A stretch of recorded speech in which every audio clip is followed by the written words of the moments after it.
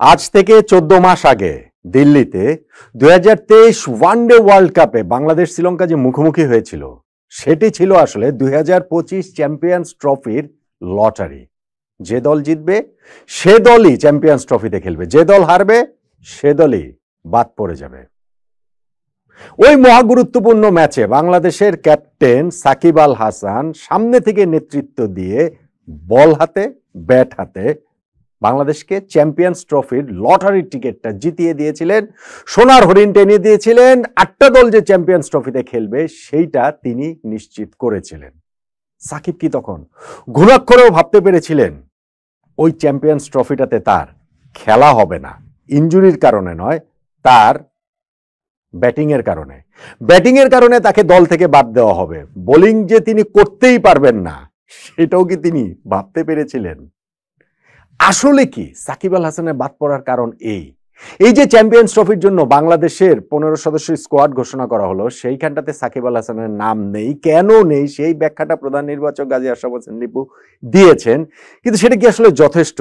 সাকিব কি এই শুধুমাত্র ব্যাটসম্যান হিসাবে অ্যাভেলেবেল বলেই ওই ক্রাইটেরিয়াতে বাংলাদেশ দলে খেলার যোগ্যতাটা তার নেই? চ্যাম্পিয়ন্স ট্রফিতে কি তাকে সেই কারণে রাখা হয়নি? সাকিবকে না রাখার কারণ কি শুধুমাত্র ক্রিকেটীয়, নাকি রাজনৈতিক কারণও এর সঙ্গে যুক্ত? আর আরো একটা প্রশ্ন তো আছে, চ্যাম্পিয়ন্স ট্রফির স্কোয়াডে তো আগামী 1 মাস পর্যন্ত পরিবর্তন করা যাবে। 12ই ফেব্রুয়ারি ঘোষণা হয়েছে, 12ই জানুয়ারি ঘোষণা হলো, 12ই ফেব্রুয়ারি পর্যন্ত চেঞ্জ করা যাবে।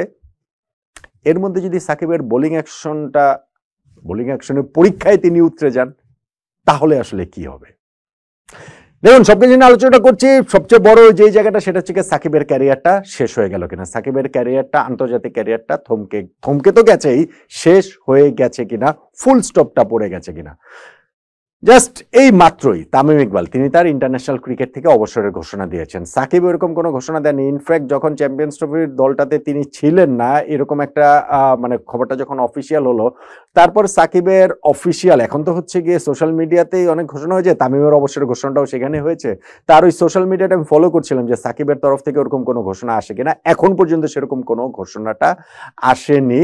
তবে তামিম যেমন নিজের টার্মে বিদায় নিতে পেরেছেন, সাকিবের ক্ষেত্রে সেটা হচ্ছে বলে তো আর মনে হচ্ছে না। আপনি যদি ওইভাবে হিসাব করে দেখেন তাহলে তিনি টেস্ট থেকে বিদায়টা নিতে পারেননি, যেটা ভারতের বিপক্ষে টেস্ট সিরিজ চলাকালীন সময় বলেছিলেন যে বাংলাদেশে এসে তিনি লাস্ট টেস্টে খেলতে চান। সেটা নানান ঘটনা প্রবাহ হয়ে সেটা হয়নি। তিনি তখনই বলেছিলেন যে টি-20 ওয়ার্ল্ড কাপে লাস্ট টি-20 ম্যাচ তিনি খেলে ফেলেছেন। সো টি-20তে তাকে আর দেখা যাওয়ার সম্ভাবনা খুবই কম। বাকি ছিল শুধুমাত্র ওয়ানডে।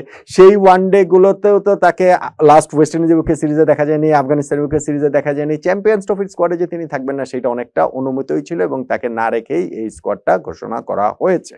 তার ইন্টারন্যাশনাল ক্যারিয়ারটা আবার রিস্টার্ট হওয়াটা তাই কঠিন, খুবই কঠিন, ভীষণ রকম কঠিন। এখন লিপু ভাই যে ব্যাখ্যাটা দিয়েছেন, শুধু ব্যাটসম্যান সাকিব হিসাবে বিবেচনা করায় তাকে আসলে স্কোয়াডটাতে তিনি রাখতে পারেননি। আমরা তো জানি যে সাকিবের অবস্থানটা কি, রাজনৈতিকভাবে যে অবস্থানে তিনি রয়েছেন সেই কারণেই তো বাংলাদেশে এসে লাস্ট টেস্টটা তিনি খেলতে পারেননি। সো ওই কারণেই কি সাকিব যদি হচ্ছে কি এর মধ্যে যে ঘটনাটা ঘটেছে যে তার বোলিং অ্যাকশনটা প্রশ্নবিদ্ধ হয়েছে। আমি যেটা বলছিলাম যে 14 মাস আগে সাকিবের ওই যে শ্রীলঙ্কার বিপক্ষে ম্যাচটাতে, যেটা আমরা আসলে ওই টাইমড আউট বিতর্কের কারণে বেশি করে মনে রেখেছি, সেখানেও সাকিব 2টা উইকেট পেয়েছিলেন। সেইখানেও সাকিব 65 বলে 82 রানের একটা ইনিংস খেলেছিলেন। তার মানে তার লাস্ট ওয়ানডে ইনিংস আপনি যদি বোলিং এর হিসাবটা ধরেন তাহলে হচ্ছে গিয়ে তিনি তার পুরো ক্যারিয়ার জুড়ে কোনোদিনই তার বোলিং অ্যাকশন সন্দেহের মধ্যে পড়েনি। এইবার সেটা শুধু পড়েছে তাই না, কাউন্টি ক্রিকেট খেলার সময় তার সেটা সন্দেহের মধ্যে পড়েছে। তিনি প্রথমবার পরীক্ষা দিয়ে উত্তীর্ণ হতে পারেননি, সেকেন্ডবার পরীক্ষা দিয়ে উত্তীর্ণ হতে পারেননি। বাংলাদেশ ক্রিকেট বোর্ড থেকে শুধুমাত্র একটা অফিসিয়ালি আমাদেরকে যেটা জানানো হয়েছে ইমেল দিয়ে যে সাকিব এই মুহূর্তে বোলিং করার জন্য তিনি বোলিং করতে পারবেন না, তিনি সাসপেন্ডেড যতক্ষণ না তিনি উতরে যেতে পারেন, এই অ্যাকশনটা ঠিক করতে পারেন। আবারও হচ্ছে গিয়ে আইসিসি অনুমোদিত ল্যাবে তার পরীক্ষাটা দিতে হবে। কিন্তু পরীক্ষাটা কখন দিতে পারবেন, আদৌ আগামী 1 বছরের মধ্যে দিতে পারবেন কিনা, নাকি হচ্ছে গিয়ে এই সময়ের মধ্যে তার আসলে পরীক্ষা দেওয়ার সুযোগ নেই, এরকম কোনো কিছুই বিসিবি ক্লিয়ার করেনি। এবং বিসিবি মেইল এটা জানিয়ে দিয়েছে আমাদের যে এই বিষয়ে তারা আর কোনো কমেন্টও করবে না।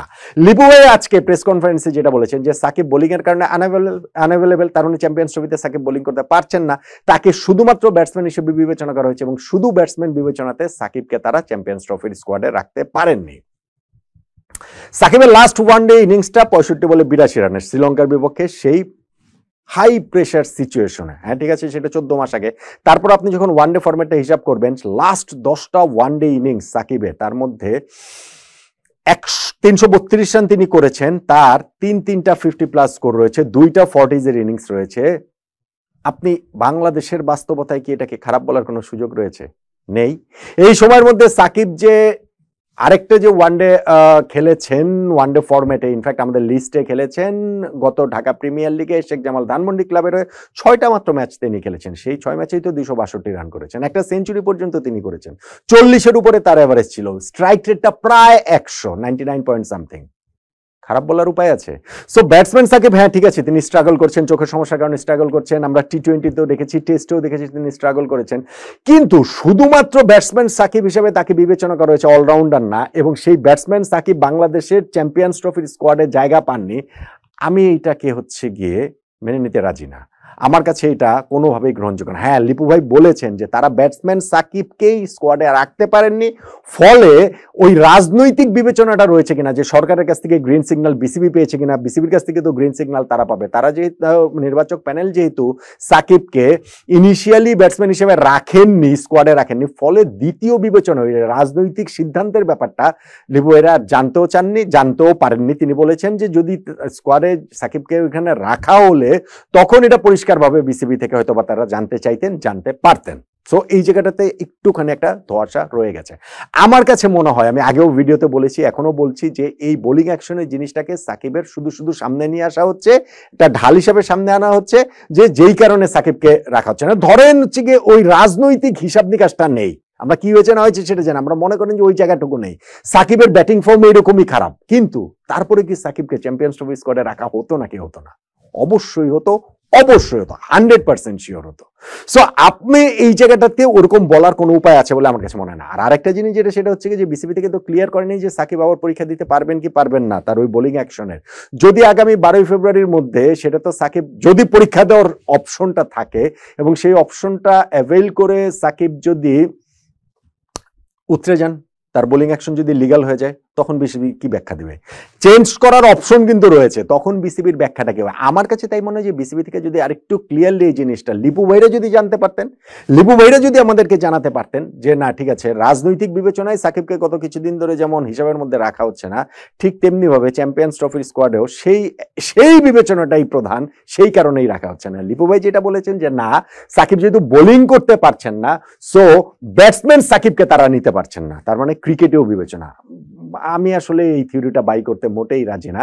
আমার কাছে মনে হয় রাজনৈতিক বিবেচনাতে আসলে সাকিব আল হাসানকে চ্যাম্পিয়ন্স ট্রফির স্কোয়াডটাতে রাখা হলো না।